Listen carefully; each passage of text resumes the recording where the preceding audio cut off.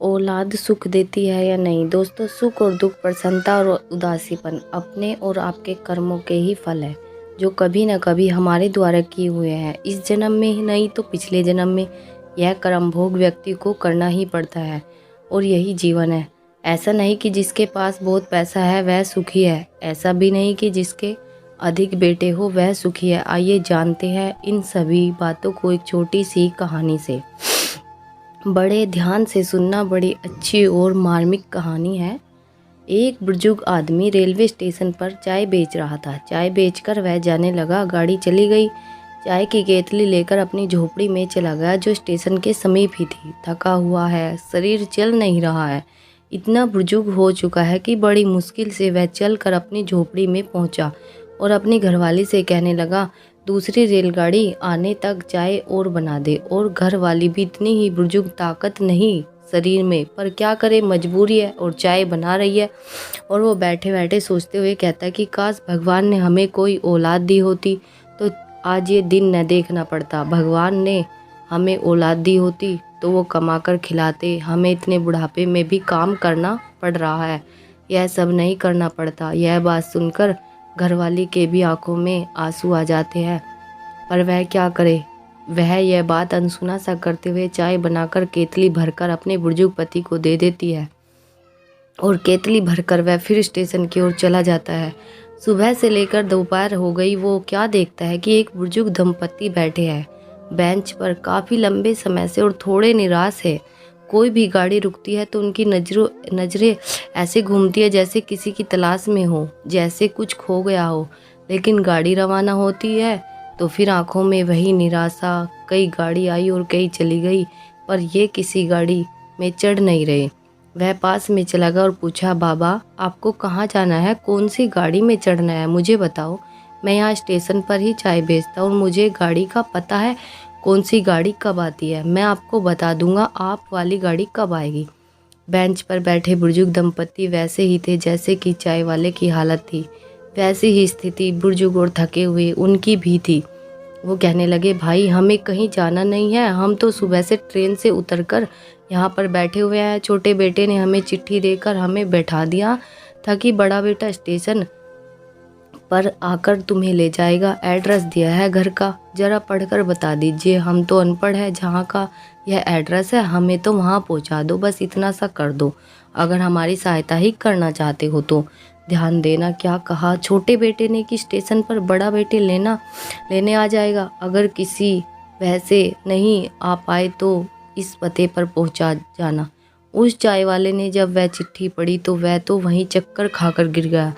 ऐसा क्या लिखा था चिट्ठी में, ध्यान दीजिए, यह मेरे माता पिता है। जिस किसी को भी यह चिट्ठी मिले तो वह